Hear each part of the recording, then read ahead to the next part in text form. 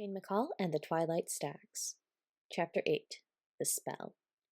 The McCall's backyard was sizable, with a few old crabapple and pear trees in random places, a slightly rusty grill a safe distance from the house, and a few scattered sun-bleached dog toys.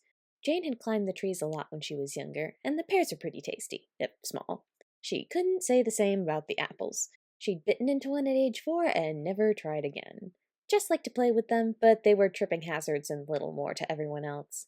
The area was ringed with a tall wooden fence which should keep Jane's activities from prying eyes. She arranged her supplies: a padlock, a pair of dice, a pack of cards, a lemon, and the last lime in the fridge, on a blanket, and unclipped her cuff. Then she brought Jess out and tossed a frisbee for her. She'd need the puppy later, and Jess would cry for help if Jane hurt herself. She flipped her wrist to get a look at the full tattoo. It hadn't changed since the last time she'd looked at it, down to the blue-green shimmer.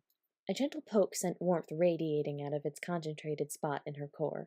It was a nice feeling, similar to the sensation touching it had led to in glove form.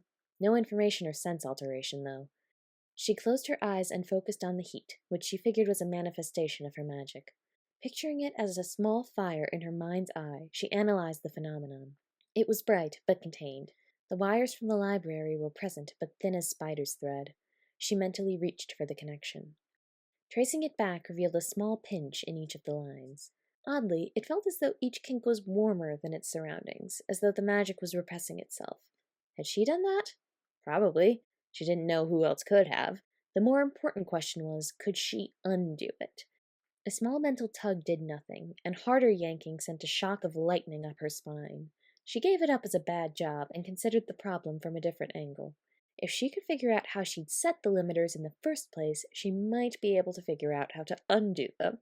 Thinking back, she remembered picturing the tattoo receding, but nothing had happened until she'd told it to go away. If that was the key, she was going to kick herself. "Unblock," she said, as she imagined the pinch spots disappearing. It worked.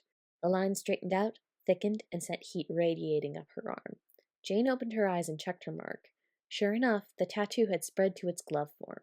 "Go away," she ordered, picturing the bracelet. It went. She stood up and kicked the back of her own calf. The kick unlocked her knee, and Jane let herself drop. She crossed her legs and stared at her wrist for a second. She, Jane Bellamy McCall, had magic. She could no longer deny the fact. It didn't feel real. She'd read hundreds of stories where kids like her had discovered or developed powers, but she hadn't thought such a thing would happen to her. Seeing the candle in the cave and lifting the book had been flukes. She'd thought so, at least. Guess not. That thought raised a question that terrified Jane. If the second sight was an indicator of magic potential, and Caroline knew that, was that the reason behind the stabbing? Was Caroline like her? She flinched at the thought. She used to want to be like Caroline. Now, the idea of a similarity existing between them made her faintly nauseous. And if Caroline did have magic, why hadn't she escaped from prison? Jane covered her stomach scar and the warmth underneath it with her marked hand. Her eyes slid shut, and she took a deep breath.